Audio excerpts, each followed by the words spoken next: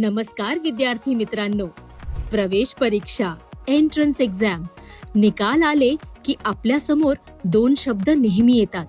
एक म्हणजे टक्केवारी, पर्सेंटेज, आणि दुसरा पर्सेंटाईल. पण या दोघांमध्ये नेमका फरक काय? चला अगदी सोप्या भाषेत समजून घेऊया. टक्केवारी म्हणजेच पर्सेंटेज. हे तुम्हाला 100 पैकी मिळालेला एक निश्चित भाग किंवा गुण दर्शवते.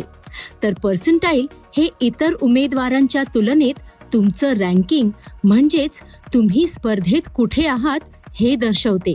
थोडक्यात सांगायचं तर टक्केवारी एकूण गुणांपैकी तुम्हाला मिळालेला हिस्सा दाखवते, तर पर्सेंटाईल तुम्ही इतरांपेक्षा किती पुढे आहात हे दाखवते.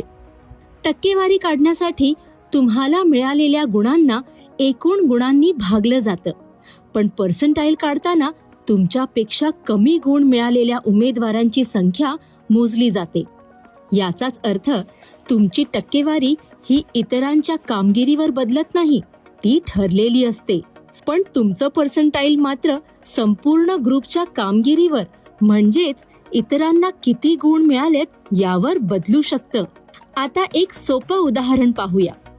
समजा तुम्ही 100 गुणांची एक परीक्षा दिली.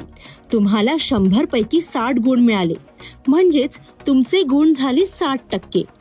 आता समजा तुमचे हे 60 गुण परीक्षेला बसलेल्या 85% विद्यार्थ्यांपेक्षा जास्त आहेत, तर याचा अर्थ असा की तुमचं पर्सेंटाईल 85 असेल.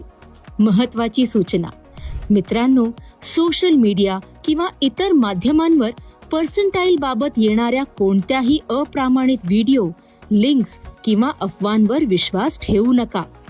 तुमचे पर्सेंटाईल हे अत्यंत अचूक आणि योग्य पद्धतीनेच कॅल्क्युलेट केलेले असतात, त्यामुळे त्यामध्ये कोणतीही तफावत किंवा चूक असण्याची शक्यता नसते.